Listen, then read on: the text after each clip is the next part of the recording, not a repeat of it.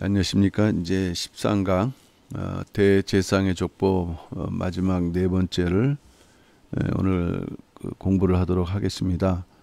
말씀드렸던 대로 그 대제사장의 족보는 77대면서도 74명이다.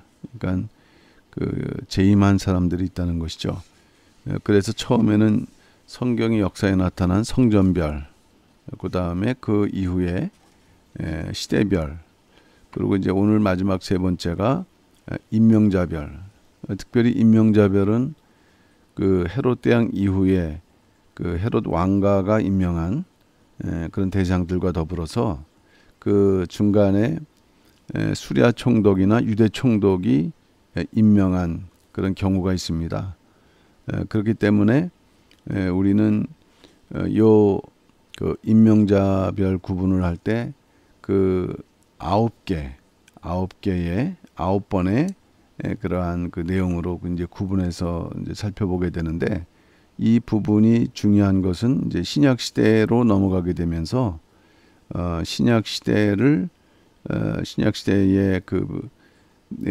어떤 성경의 역사를 좀 더 정확하게 알게 하는 중요한 부분이라고 할 수가 있겠습니다. 그럼 오늘은 헤롯 대왕 이후 임명자별로 구분한 대제사장의 역사 마지막 부분 되겠습니다. 그 헤롯 시대부터 주 70년까지는 28명의 대제사장이라고 했는데, 그 요세푸스의 기록에 의하면은 28명이라고 하고 30대라고 했습니다. 그러니까 저희 그 구속사 시리즈 6권에서는 29대로 구분을 하고 있는데, 왜냐하면은 여기 보게 되면은 이제 마띠아를 대신해서 속죄일 하루 그 대제사장직을 맡았던 그 엘리무스의 아들 요셉이라는 인물이 등장하는데, 이 요세푸스의 기록에는 요 인물까지를 포함했다. 그러다 보니까는 이제 30대지만은 실제로는 29대다라고 이렇게 말씀을 드릴 수가 있겠습니다. 헤롯 대왕 어떤 인물인가? 헤롯 대왕은 주전 37년에서 주전 4년까지 통치를 하면서 7대의 대제사장을 임명을 했다. 이 12강에서 공부한 대로 그 헤롯 안티파터의 그 둘째 아들이다. 그리고 주전 37년에 왕이 된 자다. 그러니까 요 주전 37년에서 4년까지, 특별히 BC 4년 하게 되면 우리가 기본적으로 예수님의 출생연도라고 하기 때문에 대단히 중요한 그 신약 시대의 배경이 되는 것이죠. 로마 안토니우스에게 군대 지원을 받아갖고 그 당시 그 마지막 유대의 왕 안티고노스를 갖다가 물리치면서 왕이 되었다는 것입니다. 하스몬 왕과의 안티고노스를 물리쳤다. 그리고 전처 도리스와 이혼하고 그 힐카노스 2세, 요 힐카노스 2세는 하스몬 왕과의 왕이죠. 그런데 힐카노스 2세의 손녀 마리암네 1세와 결혼한 것은 이것은 바로 그가 왕이 되면서 어떤 그 제사장 가문, 그러니까 어떻게 보면 왕가 가문이죠. 결혼함으로써 그 왕권의 정통성을 인정받기 위한 대단히 정치적인 그런 행동이었고, 그리고 이전에 이 그 안티파터 헤롯의 아버지죠. 그리고 그 이제 자기 부인의 그 할아버지가 된 힐카노스 2세는 그 친구이면서 사돈 관계가 되는 그런 상황이었습니다. 우리가 헤롯을 왕이라고 하지 않고 대왕이라 하는 것을 잠깐 말씀드렸는데, 이 헤롯은 일단은 건축 사업에 있어서 대단한 그 뛰어난 지도력을 발휘했다는 것입니다. 헤롯 성전도 마찬가지지만은, 그러나 이 헤롯은 그 당시에 놀랄 정도의 많은 그러한 엄청난 그 건축 사업을 일으켰던 면에서 그의 업적을 볼 때는 일반 왕이라 하지 않고 대왕이라 한다 했습니다. 그렇지만은 그가 왕위에 대해서는 대단히 불안해했다. 위협하는 자가 누구든 간에 모조리 숙청을 했는데, 성경의 기록에 의하면은 그 이제 동방 박사들이 와서 유대인의 왕이 어디시뇨 물어볼 때 그 소식을 듣고 이 베들레헴이라는 곳에 태어나신다는 것을 알고서 2살 아이의 모든 사내아를 몰살시키는 정도로 아주 강박관념이 컸던 그런 인물이었고, 이제 가족들 어쨌든 이 왕권을 중심으로 해서 음모 고소가 끊이지 않음으로 말미암아 70세로 죽었는데 참으로 불행한 그러한 일생을 살았던 인물이죠.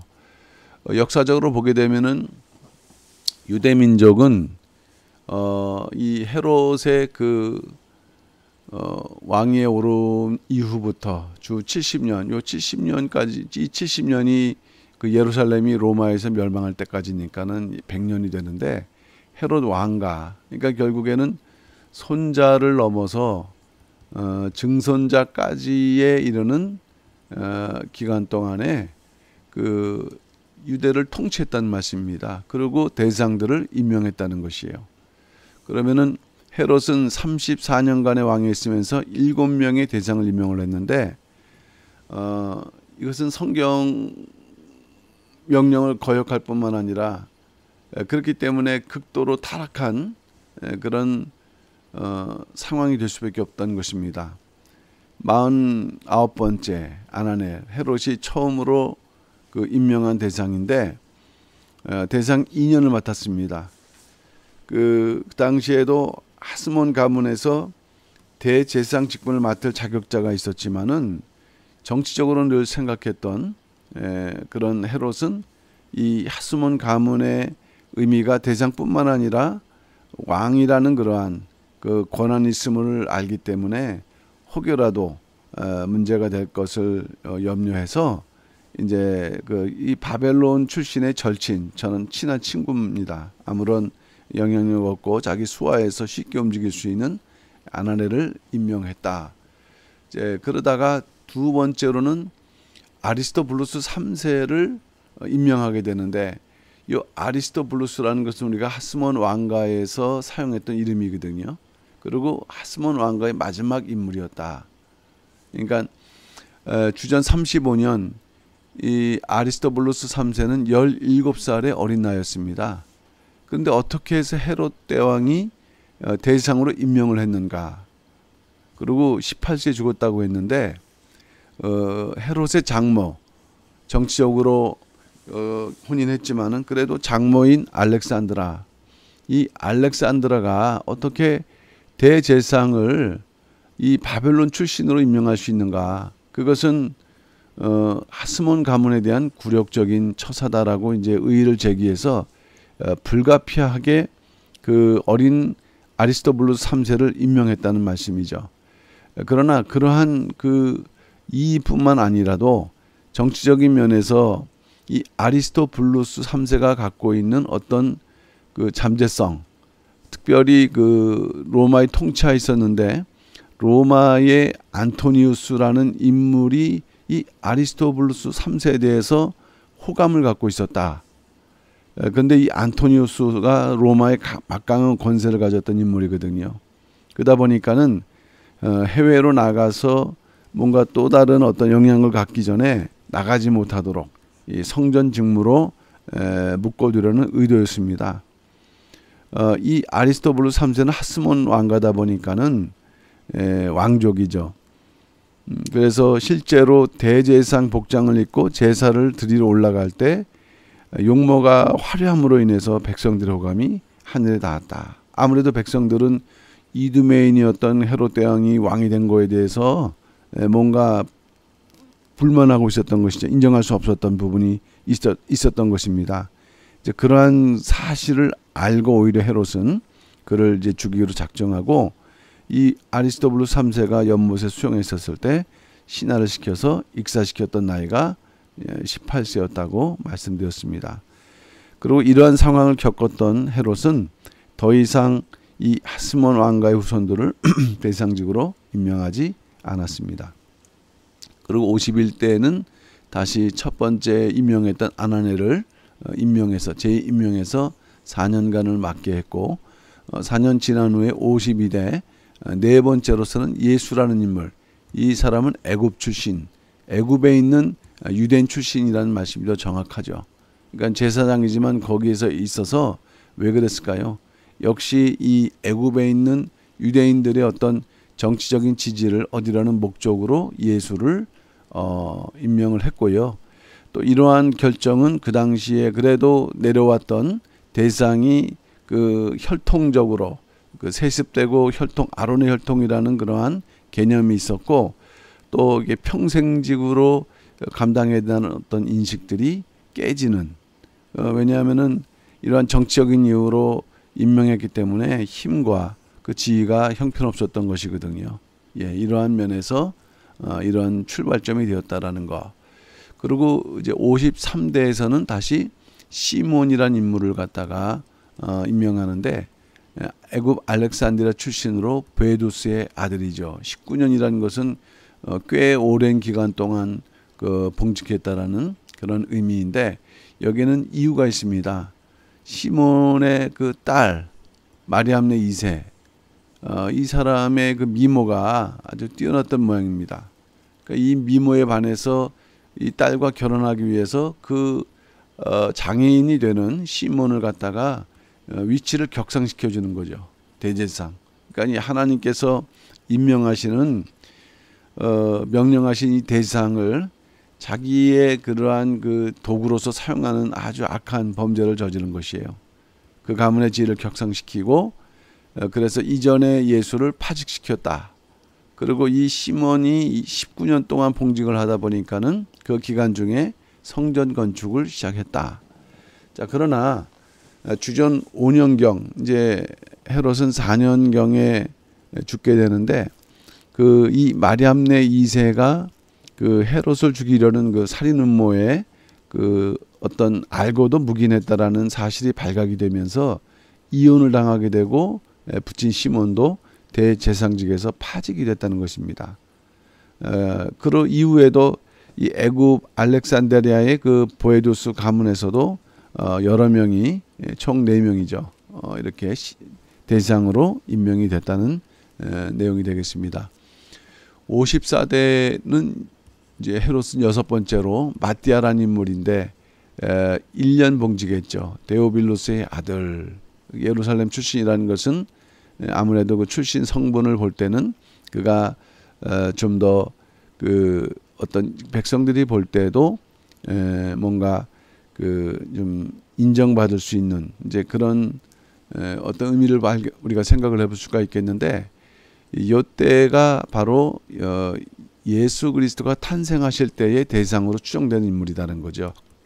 말씀드렸던 대로 BC 4년인데 여기서 헤롯이 마띠아를 파직한 날 월식이 있었다. 월식. 그러니까 오늘날 과학이 발달하다 보니까는 이 그 과학적인 기술을 통해서 그 당시의 월식을 추적할 수 있는 것입니다. 그러다 보게 되면 이러한 기록들이 그 헤롯이 마띠아를 파직한 그 날이 어느 때인가라는 것을 추정할 수 있는 것입니다. 어쨌든 이러한 의미가 담겨져 있는 것이고요. 헤롯은 이제 아들까지 죽였고요. 그리고 5일 후에 자신도 70세 일기로 죽음을 당했다. 죽었다는 말씀이 되겠습니다. 이 마띠아는 대속죄일 전날에 그 여인과 동침하는 꿈을 꿈으로 부정하게 되는 것입니다. 그래서 자신의 그 친척, 아무래도 이 사람들도 레위 또 제사장 가문이 된다는 말씀이 되겠는데, 요셉, 아까 그 요세푸스는 요거를 대수로 놓는 엘리무스의 아들이지만은 요 인물로 인해서 속죄일 하루 동안, 그러니까는 7월 10일 날 대속죄일 그 제사를 이렇게 집례할 수 있도록 이렇게 대행을 하겠던 그러기 이제 나타난 것입니다. 그렇지만은 이 마띠아는 그 헤롯이 거의 죽을 그러한 그 때 유대의 저명한 율법학자 두 사람이 이제 백성을 선동해서 헤롯이 그 성전에 세운 황금 독수리 형상이 있다. 일반적으로 이 황금 독수리는 그 로마의 표식인데, 이것을 그 성전에 세움으로 인해 갖고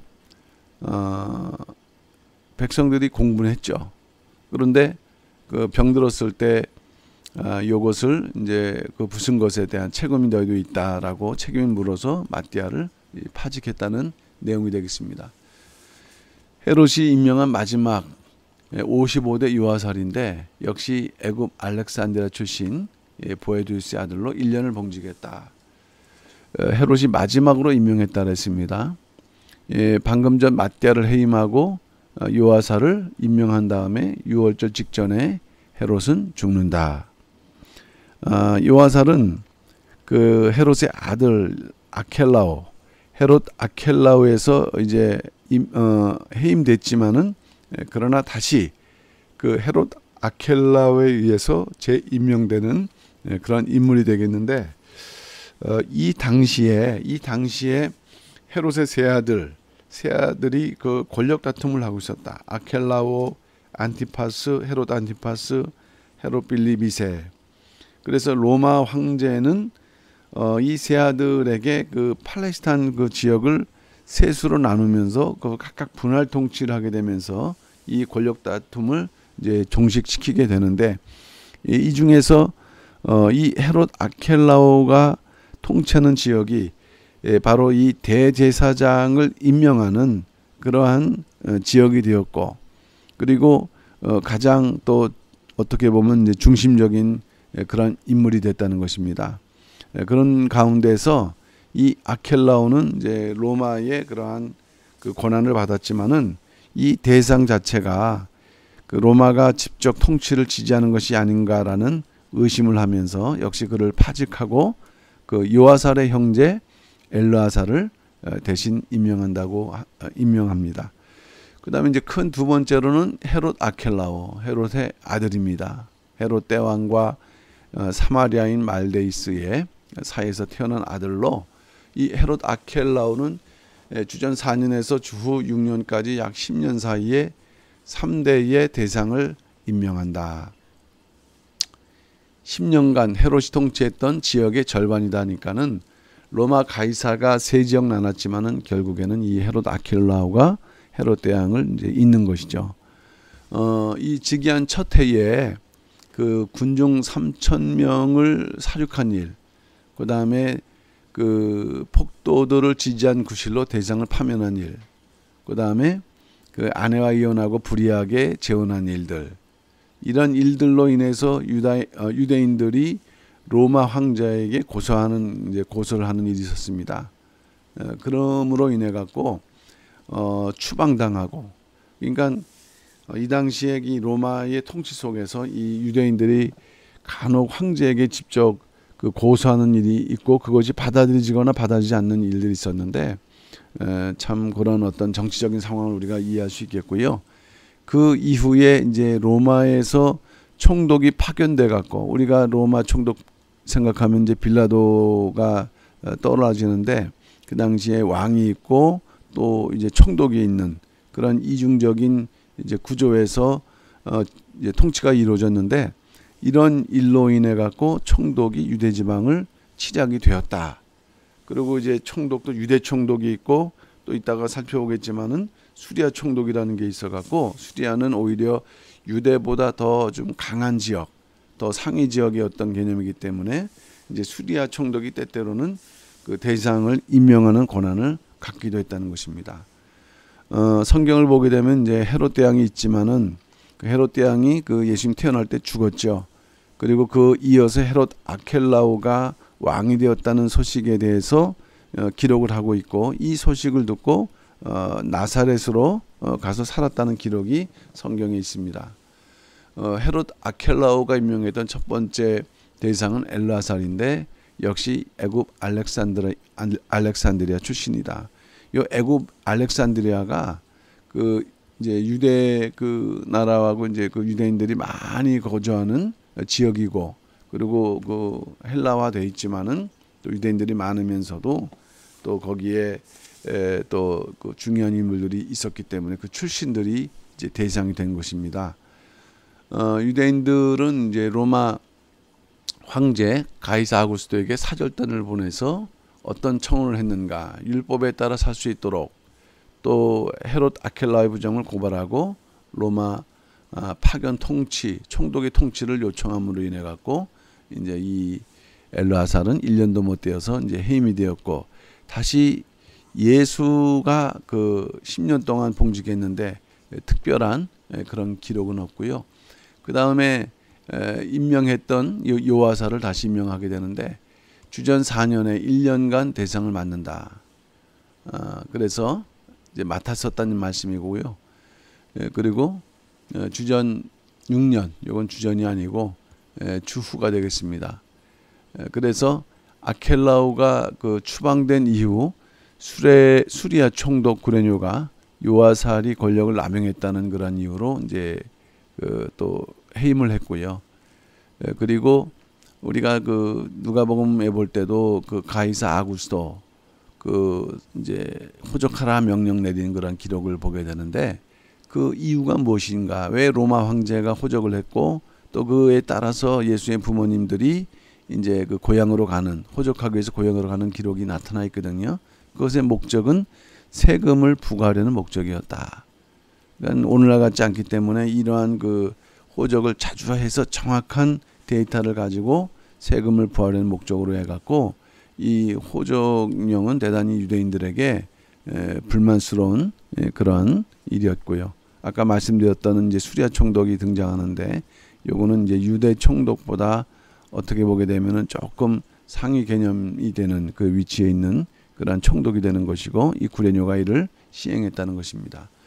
세 번째는 이제 헤롯 왕가가 아니라 수리아 총독 구레뇨라는 인물이 등장하면서, 이 주후 6년 9년은 바로 예수님이 태어나시고 아직 공생의 시기는 아니지만은 그 시대에 등장하는 인물입니다. 구레뇨 일대 한 명의 대상을 임명하는데, 주 12전에 그 로마의 집정관이 됐다가 공로를 세우는 것이 갈라디아 근처에 있는 아시아 소수민족을 토벌했다. 그 명성을 얻고 수리아 총독으로 이제 부임을 하게 되는 것이죠. 아켈라오가 추방된 이후에 유대 지방과 수리아 지방을 병합했다고 할 때 이제 총독으로 파견돼서 주 9년까지 통합을 했다. 그리고 이 인물이 성경에 등장하는 안나스는 모두 한 그 7대의 그 손자에 이르기까지 대상을 맡게 되면서 계속적으로 이 복음의 역사에 그 도전하거나 박해하는 그런 악역을 맡는 그런 인물인데, 이 안나스를 수리아 총독 구레뇨가 대제상으로 임명한다는 것입니다. 자, 안나스 9년 봉직이 됐고요. 신약 성경뿐만 아니라 랍비 문서에 여러 차례 언급된 인물이라 했습니다. 티베리우스 황제 통치 15년도에는 안나스하고 가야바가 이제 그 이름으로 등장하고 있는데, 대상은 하나죠. 하나지만은 원체 이 인물의 그 영향력이 크기 때문에, 또 게다가 가야바는 안나스의 사위였습니다. 말씀드렸던 대로 한 명이어야 되지만은 두 명을 이렇게 언급하는 것은 그 지역에서 가장 영향력 있는 인물이었다라는 것을 말씀하고 있는 것이고, 실제로 주 29년에 예수님이 잡히실 때도 가야바 이전에 안나스가 먼저 신문했다는 것은 그의 위치를 보여주는 것이죠. 그의 아들 5명이고 사위까지인데 손자까지 총 7명이 그 안나스 가문에서 대상을 맡았다는 것이에요. 이 수리아 총독 구레뇨는 이제 한 명, 그 다음에 유대 총독, 이제 수리아가 유대하고 병합됐지만은 또 이후에 유대 총독으로 이 구라투스를 파견하면서 이 사람은 4대의 대상을 임명했다. 주 15년에서 26년. 요 26년이라는 요 시기는 바로 예수님의 이제 공생애가 시작되는 그런 시기이기 때문에 우리는 그런 것을 염두에 두고 생각을 해봐야겠습니다. 헤롯 아켈라 이후의 유대와 사마리아는 로마의 직접적인 통치를 받는다. 그러니까 이게 그 당시의 대상은 또 왕이라는 어떤 책임자, 대표라는 의미가 있기 때문에 구분을 했죠. 업무의 구분. 법률, 치안, 세금 징수 문제가 로마 총독의 역할이었다고 한다면, 나머지는 유대 자치 행정기구인 이 산헤드린, 또 그 대표가 바로 대제사장이었다는 것이죠. 총독은 세금 징수를 위해서 많은 세리를 이제 고용하고 대규모 인구 조사를 남발하다 보니까는 유대인들의 그런 큰 반발이 있었고요. 그렇다면은 결국에는 이 권한이 어디 있는가 할 때 임명권에 있다는 것입니다. 유대 최고 지도자인 대상의 임명권. 그 누가 있는가? 유대 총독 그라투스에게 있으면서 4대 4명의 대상을 임명을 했다. 그 가운데서 이 그라투스가 임명한 마지막 대상이 바로 안나스의 사위 가야바였다. 요셉 가야바. 예수님을 십자가에 못 박도록 내어준 아주 그 악한 인물, 참 악한 인물에 그 연관되어 있는 부분이죠. 그리고 그라투스 후임으로는 본디오 빌라도인데 이제 본디오 빌라도는 그 대상을 임명한 그러한 기록은 없습니다. 자, 60대이면서 그 그라투스가 임명한 첫 번째 인물은 이스라엘인데 파비의 아들 1년 봉직했다. 최초의 대상이란 말씀이겠고요. 그 다음에 61대는 엘르아살. 요 엘르아살은 안나스의 아들이고 1년 봉직했다. 안나스의 아들 중에서 처음으로 임명받은 자고 62대 세 번째 임명한 인물은 시몬인데 카미스의 아들입니다. 이 카미스의 아들 시몬은 그 속죄일 1년 7월 10일 날 했던 그 대상의 유일한 그 가장 대상만이 할 수 있었던 그 지성소에 들어간 일에 대해서 그 수행을 해보지도 못하고 해임되었다는 그러한 그 기록을 요세푸스가 남기고 있고요. 63대이면서 그라투스가 네 번째로 임명한 인물이 요셉 가야바라고 했습니다. 안나스의 사이로 18년 봉직했다는 것은 상당한 그 정치력이 있다는 것을 말씀하고 있어요. 대체로 보면은 지금 1년, 때때로는 1년도 안 되는 경우도 있고요. 근데 18년 봉직했다라는 거.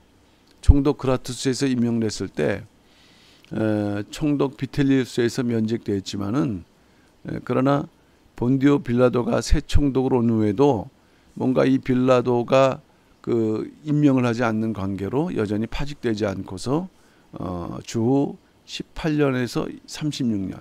그러니까는 주 29년이 예수님께서 십자가에 달리신 해니까요. 그러니까 십자가에 달리신 이후에도 약 7년 이후까지도 대상으로 활동하고 총 18년이라고 했습니다.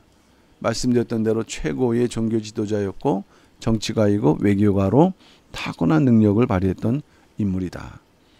이 역사에서 돌이킬 수 없는 것은 최고의 의장, 그 산헤드린의 오늘날 국회와도 같은 역할하는 산헤드린의 의장으로서 예수 그리스도의 사형 판결을 갖다가 이제 책임을 지게 되는 참 안타까운 상황인 것입니다. 그 다음에 다섯 번째로 수리아 총독 비텔리우스.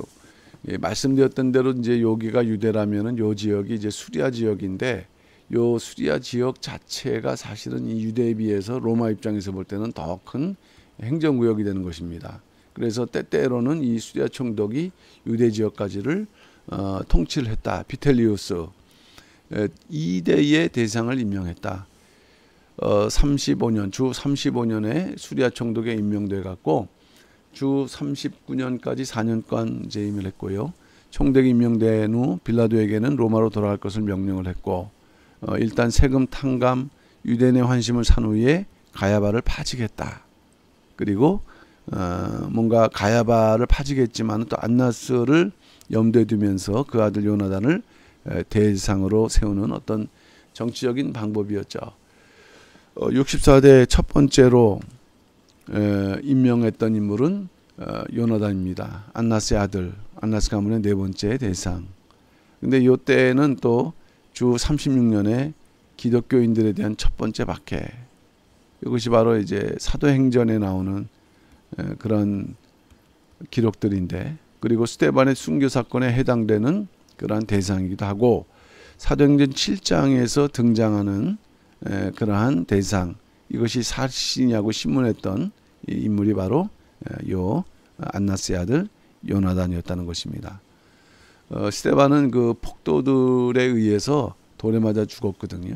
근데 결국에는 그 배후에 대상 요나단이 있었고 요나단의 사주를 받은 그들이 불법적으로 자행한 일이었다는 것을 우리는 알 수 있겠고요.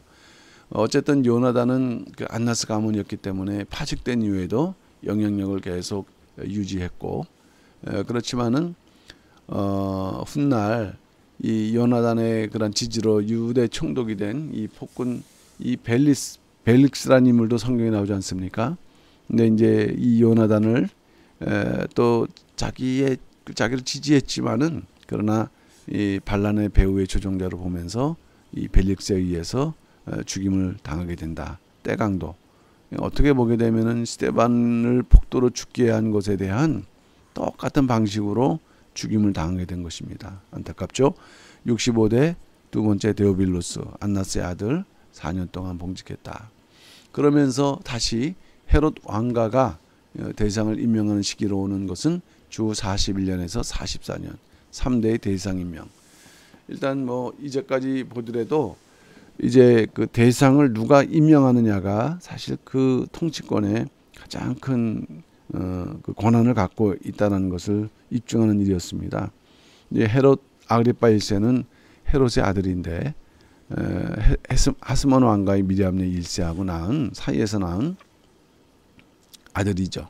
그러니까 어떻게 보게 되면은 헤롯의 손자다. 헤롯의 손자. 예, 아들이라 했는데 손자라 했습니다. 그래서 이 헤롯의 그 손자였만큼 시간이 이제 많이 흘러간 거죠.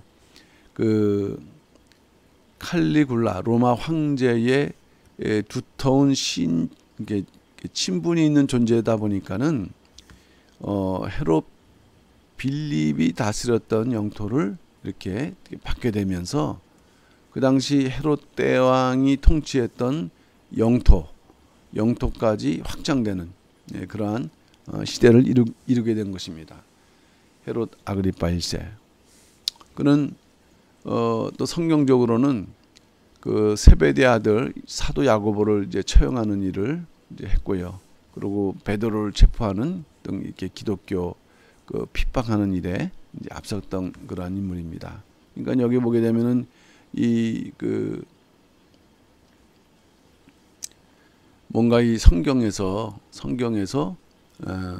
이제 신약 성경으로 오게 되면서는 결국 그 대상이라든가 연결되어 있는 그 인물들이 다 교회와 하나님의 뜻을 이렇게 도전하는 그런 악한 시대라는 것을 이렇게 보여주고 있고, 이 헤롯 아그리파 1세는 이제 자기가 신으로 추앙받는 줄 알고 교만 행하다가 갑자기 충이 먹어서 죽는 그런 일이 있었고, 그것은 교만한 죄, 그리고 두 번째 교회를 박해한 죄, 그리고 세 번째 사도를 죽인 죄 때문이다. 그가 임명한 첫 번째 인물은 시몬 칸테라스입니다. 시몬 칸테라스 1년 봉직했다. 주 41년 헤롯 아그리파 1세가 유대와 사마리아에 대한 통치권을 부여받고 임명했다가 1년 후 해임했다. 67대는 마띠아입니다. 안나스 가문의 6번째 대상이다. 형 요나단이 추천했다는 만큼은 그만큼 영향력이 있었다는 것을 말씀하는 것이고요. 68대는 세 번째로 엘리오네우스 칸데라스의 아들, 역시 아그리파 1세가 마띠아를 해임하고 임명한 대상이다. 그러다가 7번째 칼키스의 왕 헤롯이 등장합니다. 요 칼키스의 왕 헤롯은 역시 손자이다. 그리고 헤롯 아그리파의 관계에서는 동생인데, 이 칼키스라는 것은 현재 레바논이니까요. 그 유대의 북쪽에 위치한 지역의 일부입니다.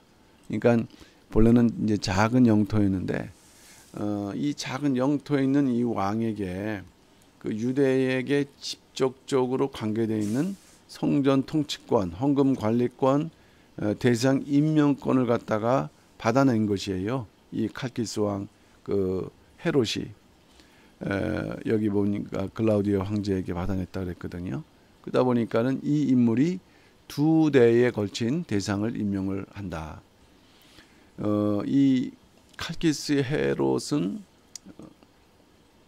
직접 유대를 통치하지는 않았지만은 유대 그 반란이 일어난 후에 말씀드렸던 이러한 그 고난을 행사했다 그랬습니다. 그럼에도 불구하고 로마에게 망한 주 70년 이후 주 100년까지도 막강한 영향력을 행사했다. 유대인들의 대상 임명권 주전 37년 헤롯 대왕부터 시작됐다 그랬죠. 그러고서 주 66년 유대 반란이 일어날 때까지 약 100년간 헤롯 가문이 영향을 미쳤다. 69대의 그 헤롯 칼키스의 헤롯이 임명했던 첫 번째 그 대상은 요세푸스 3년을 봉직했다. 그다음에 70대가 이제 아나니아인데 이 인물이 바로 성경에 등장하는 아주 극악한 그런 대상이 되는 것입니다. 데데바이오스의 아들인데 11년간 봉직했다.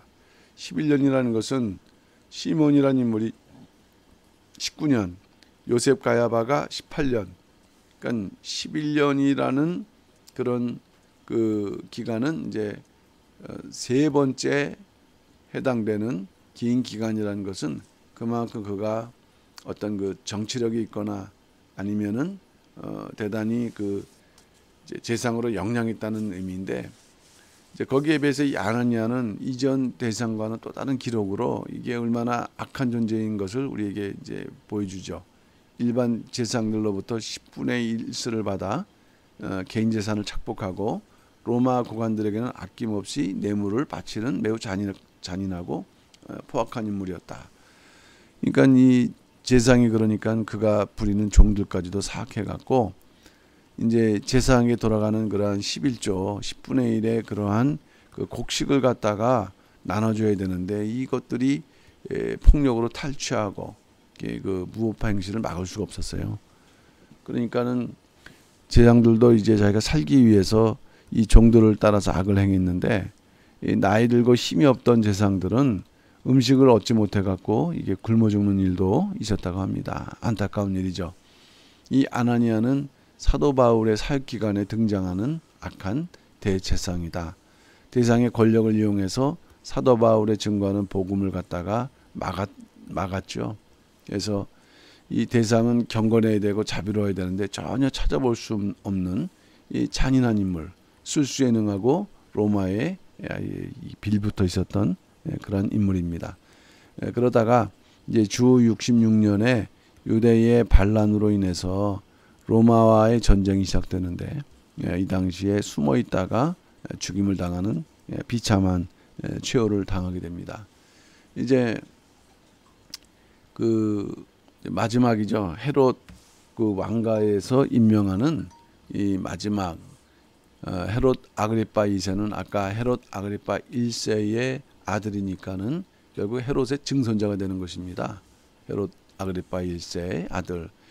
부친이 죽었을 때 17세의 어린 나이였기 때문에 유대는 이제 로마 총독이 다시 다스리게 되었고, 그 이후에 44년부터 66년까지 7명의 이제 총독이 이제 파송됐고 주후 50년 칼키스의 왕이 되었다는 것입니다.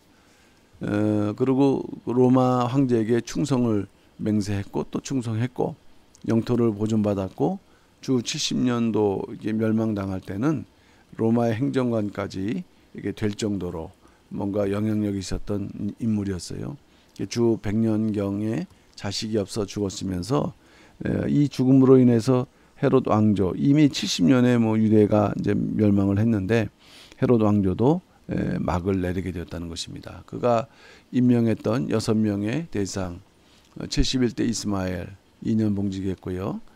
그 당시에 예루살렘의 대상들과 제상들을 범한 지도들 사이에서 파벌 싸움은 이제 폭력 삭대까지 번지게 되었고, 그러다 보니까는 이 타락한 대상들은 노예들을 이렇게 보내갖고 제상들의 그 받아야 될 그 11조 아나니아가 했던 일들을 이렇게 반복하는 일입니다.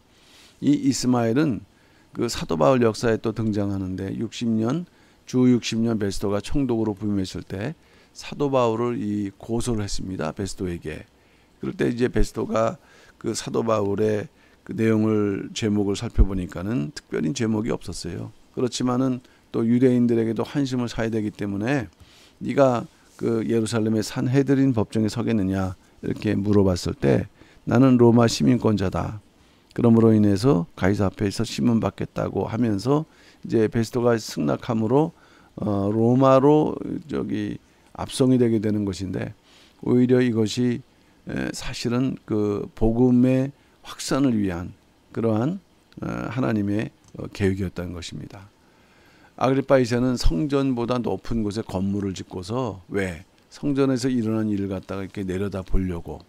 그러나 그 이스라엘 백성들, 유대인들은 불쾌히 여겼죠. 특별히 지도층들이 불쾌히 여기면서 이제 이 성전 그 일어난 일을 보지 못하도록 높은 벽을 이렇게 쌓았다고 했습니다. 베스토는 헐라고 했지만은 이 일에 대해서 유대인 10명이 네로 황제, 이 네로 황제에게 물어본 것이에요.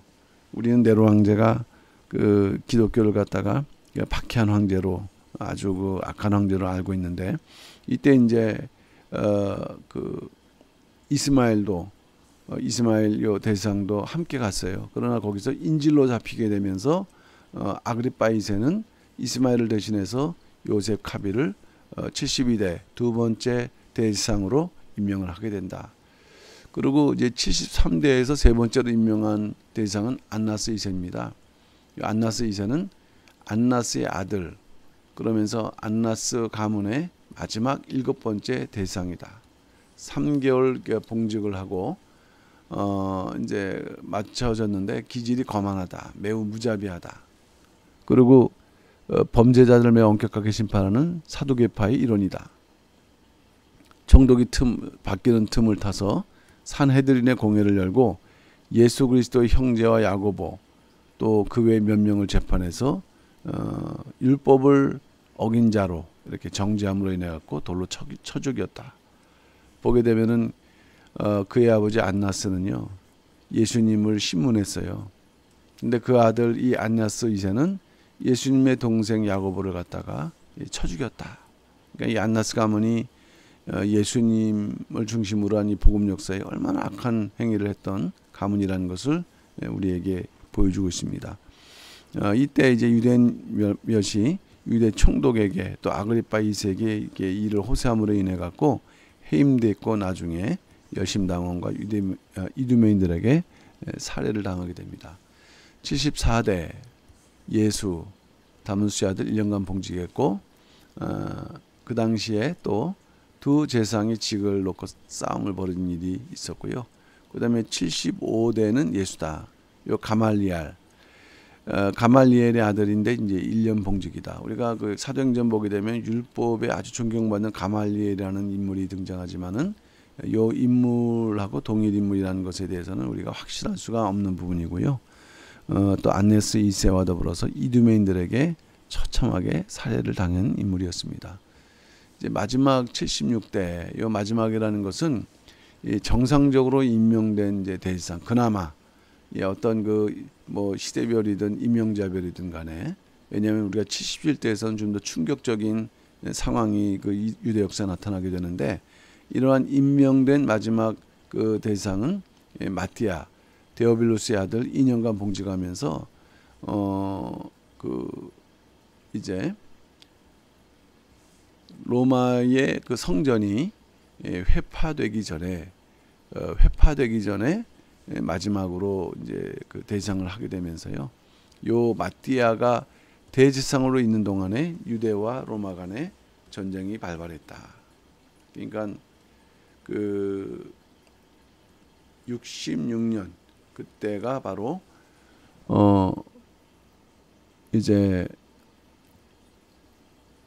그 66년도에 그 유대하고 로마가 전쟁하면서 로마가 70년에 이제 유대를 멸망시키는 요 마지막 그 시대의 제사장이었고요.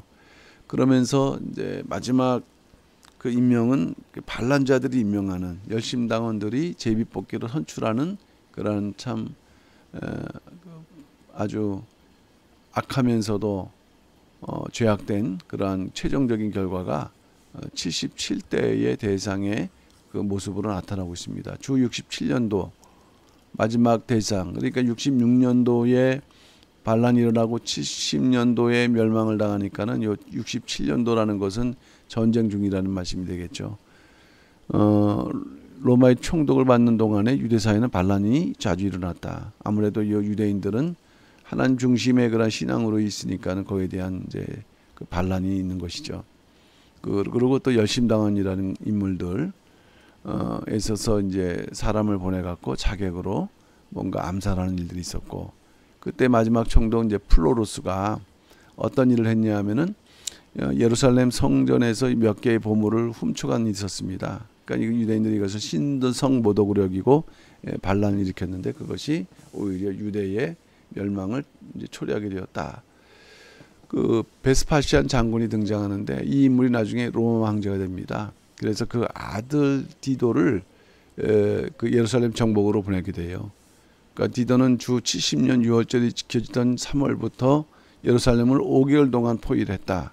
그 후에 이제 함락됐으니까는 성을 포위하다 보면 성 안에 있는 사람들은 뭐 어떻게 살겠습니까?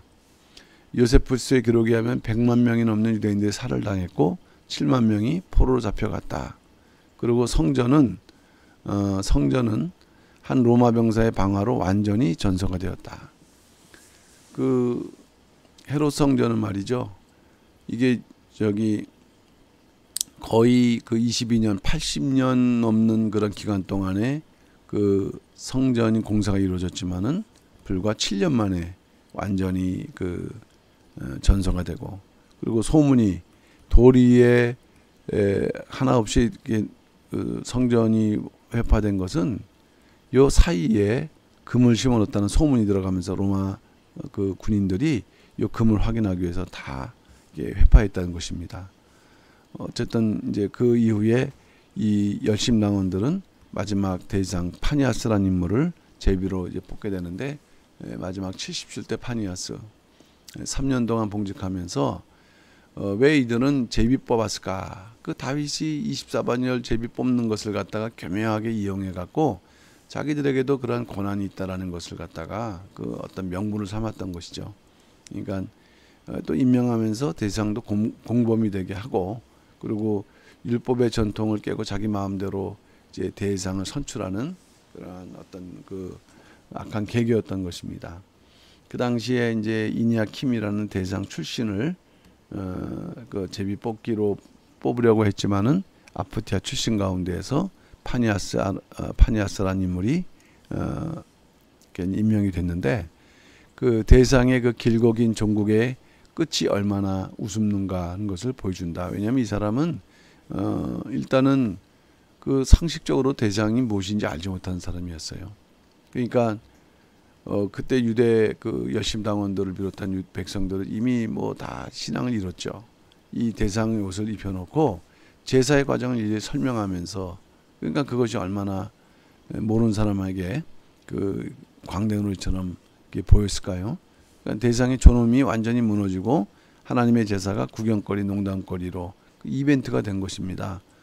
그러니까 이런 모습을 봤던 경건한 제사장들은 멀리서 보면서 그 흐르는 눈물을 감추지 못하고 애통했다라고 이렇게 기록을 남기고 있습니다. 요세푸스는 요 파니아스에 대한 내용을 거의 다루지 않는 것은 어떤 이러한 그 좀 명분, 자존심, 아론의 혈통이 아니면 비록 왕이라고 해도 대상이 할 수 없다라고 기록을 하면서 이러한 기록을 기록지 않는 것은 그가 또 제사장 그 출신으로서 이러한 그 악함에 대해서는 외면했던 것이라 볼 수 있겠는데, 어쨌든 파니아스가 대제사장으로 재임하는 동안 유대 전쟁이 있었고 예루살렘이 멸망할 때까지는 그가 제사장이었다. 그리고 그 반란을 일으킨 사람들은 성전의 지성소를 그들의 본부로 사용할 정도로, 이게 다 유대인들인데 이 성전의 지성소를 본부로 사용할 정도로 얼마나 패역했는가. 하나님의 성전의 거룩성은 철저하게 무시되고 짓밟혔던 그 당 시대적인 그 양상을 이제 보여주는 것입니다. 이제 결론, 요 결론이라는 것은 그 대상 족보의 이제 결론이 되겠습니다. 제사장은 어떤 존재인가? 대상은 하나님 앞에서 이스라엘 백성을 대표하는 자이다. 초반에는 29대까지 성경 언약대로 아란 가문에서 승계되었고 성경적으로, 그 다음에 또 시대별로 구분할 때도 아론의 가문으로 이어지고 있었다는 것이요. 그렇지만 이제 임명자별로 들어가면서 하나님의 말씀을 듣지 않고 또 직분을 악용하거나 극심하게 타락을 하면서 언약이 파기되었다. 대제사장 아나니의 49대부터는 아론 가문과는 상관없이 정치 권력에 의해서 임명되었다. 타락하니까 대제사장의 사명을 감당하지 못하고 그것을 통해서 자기 이권을 찾으려고 했던 것이죠.